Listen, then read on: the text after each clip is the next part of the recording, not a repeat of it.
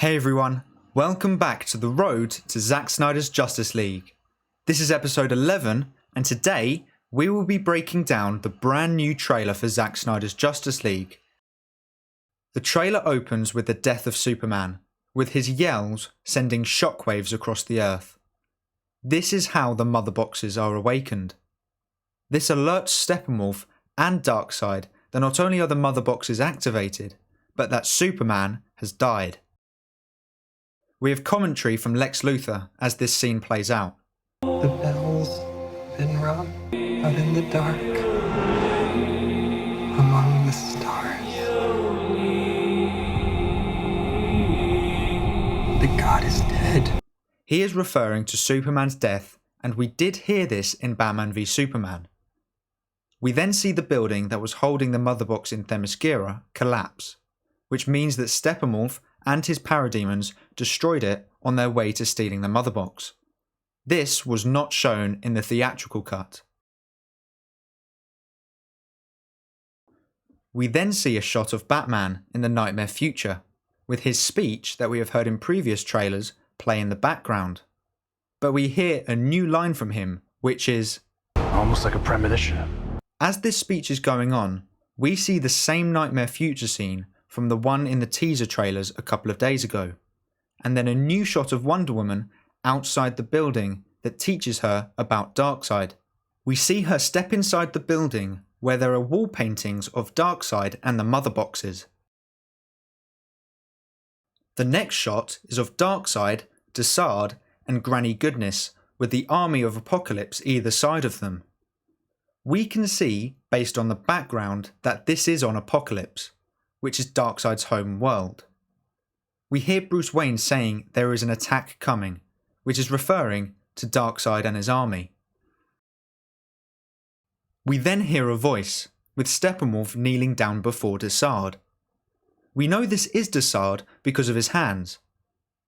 I said we hear a voice because this could actually be Desaad talking to Darkseid. I think this because why would Steppenwolf say my lord to Desaad? Surely he would only say that to Darkseid. Let me know whose voice you think it is in the comments below. If you zoom in on the left of this image, you can see a different type of parademon, which explains why we see different parademons in the nightmare future. For the first time ever, we see Steppenwolf's armour peel away and we can see his actual body. He has a very alien look to him, and it's now understandable why he has the armour as it is. We then hear some dialogue from Steppenwolf, but we can hear it is different to the Justice League voice. The voice sounds much more intimidating to me, as well as the way he looks. Whilst he is speaking, we can see the huge Amazonian army charge across Themyscira. We then see Steppenwolf turn around and slice an Amazonian up. This was in Justice League, however we didn't see any blood at all.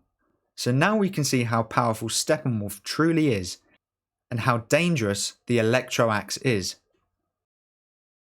We get a great close-up shot of Steppenwolf in Themyscira, and he looks so much more intimidating than he did in 2017. The scene cuts to Bruce Wayne in Iceland, saying "I need warriors," which is something we heard in one of the earliest Justice League trailers.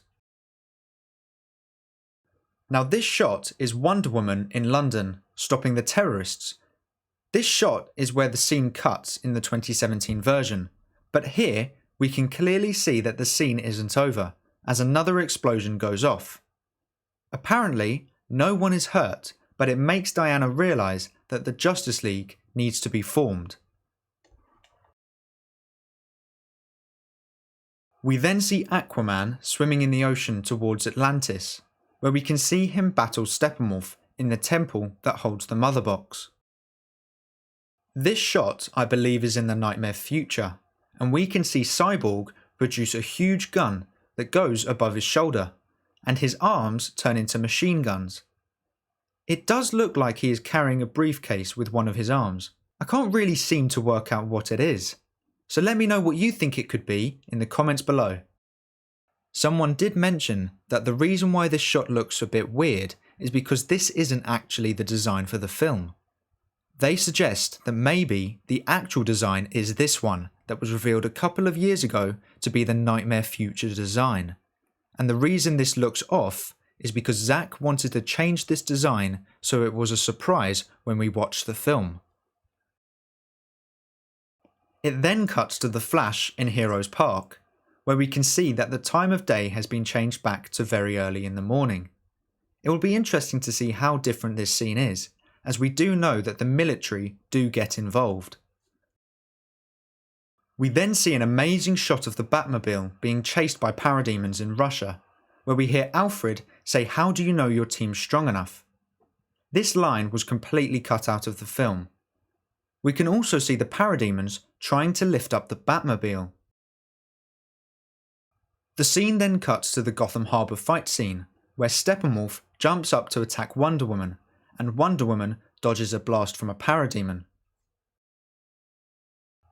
Before I show you the next scene, I want to talk about the line from Alfred that is said over this shot. He says, "If you can't bring down the charging ball, then don't wave the red cape at it." I believe he is referring to the resurrection of Superman and how he thinks it's a bad idea. He's basically saying, if you can't bring down Steppenwolf, don't bring Superman back to life. I think this has something to do with the morality of bringing Superman back. I think Alfred thinks that Superman is resting and is at peace, and if you bring Superman back and still lose to Steppenwolf, then he's saying Bruce has screwed Superman over by bringing him back just to die again. Now onto the actual shot we see whilst this dialogue is happening. We see Steppenwolf charging towards the camera with glowing blue eyes. Now I believe this is because the Unity is happening, which is where the mother boxes are being merged together. We see Aquaman striking down but missing Steppenwolf, where you can see Aquaman vulnerable to an attack. This is when I think we will see Wonder Woman flipping over Aquaman and Steppenwolf to attack from up high, to allow Aquaman to retreat. The next new scene we see is of the Apocalyptian ships flying away from the battle in the history lesson. If we zoom in, we can actually see where Uxas was trying to extract the anti-life equation, as well as the coast. Now this gives further evidence to me that Steppenwolf is in the same location as the history lesson was. As when you look at the surroundings of this shot from the teaser, you can see the Omega symbol, as well as the coastline. This matches the same coastline as the one from the history lesson, which tells me that these two scenes are in the same location, but at different times. We then get a new shot of Uxas in the history lesson, trying to extract the anti-life equation, where we can see a really close-up shot of his face, as well as the explosion from the strike. We can also see the Defenders of Earth charging towards him. It then cuts to the photo of Jonathan Kent sinking into the same liquid that Clark Kent is, which we know is the resurrection of Superman.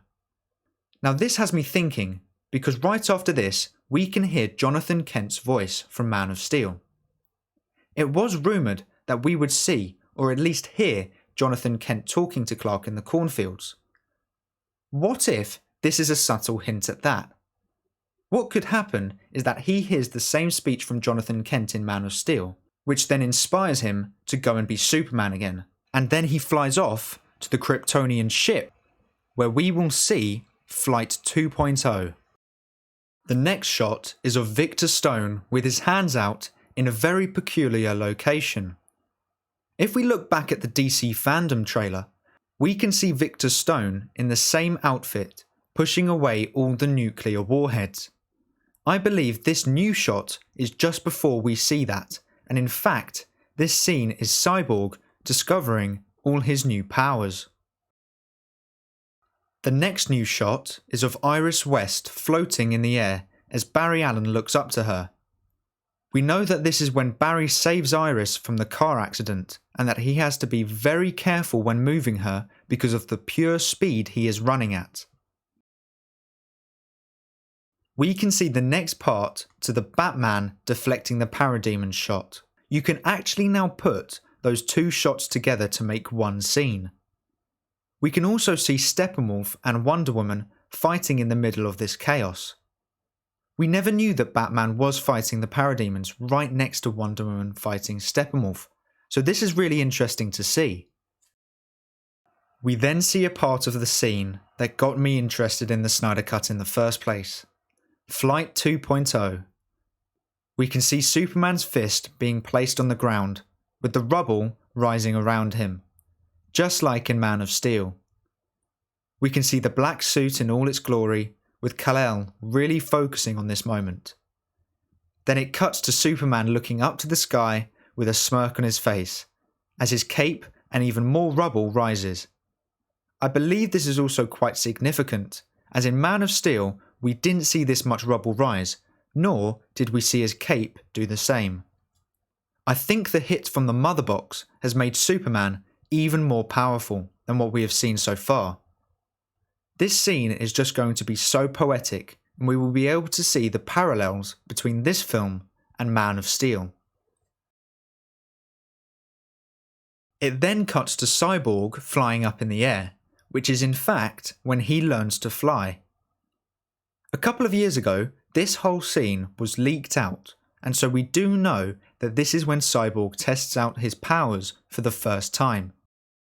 Following this, we can see the camera move through Themyscira before cutting to Steppenwolf punching down on the Nightcrawler, which then briefly cuts to that amazing shot of Batman on top of the tank. This next new scene is very interesting, as it is Cyborg reacting to being hit by a wave of energy given off by the mother boxes. I believe this is just before we see him shout out, which we saw in one of the Justice League trailers. The next shot, I believe, is from a different scene. I think this shot is when the League are trying to bring back Superman in the Kryptonian ship. I believe that Cyborg is having a nightmare future vision, and then the Flash hits him with enough energy to trigger the mother box, which would take him out of the vision. I think zooming in on his eye is the beginning of the vision, and in real time it's a split second, but for Cyborg's vision, I believe it could be a couple of minutes. The shot then fades into Steppenwolf collecting the Atlantean mother box and into a shot of Clark hugging Lois and Martha, which we saw in the DC fandom trailer. The next couple of scenes we have already seen in either the DC fandom trailer or the countdown teasers in the past 3 days. If you want to watch my breakdown of those scenes, check out my previous 3 videos in this series. We then get a new shot of some Amazonian soldiers fighting in the history lesson, with the next shot being the King of Atlantis hitting the trident down. We actually saw this shot in the DC fandom trailer, however it was flipped. I don't know why they did this, but I guess it must mean something. Otherwise, they wouldn't have flipped it. Unless Zack just decided he preferred the shot to be the other way round. It then cuts to Batman swinging into the final battle, with parademons shooting at him.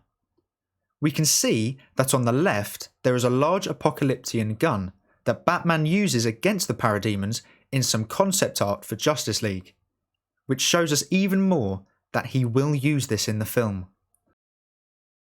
We then hear Bruce Wayne responding to Diana by saying, "We will. We have to."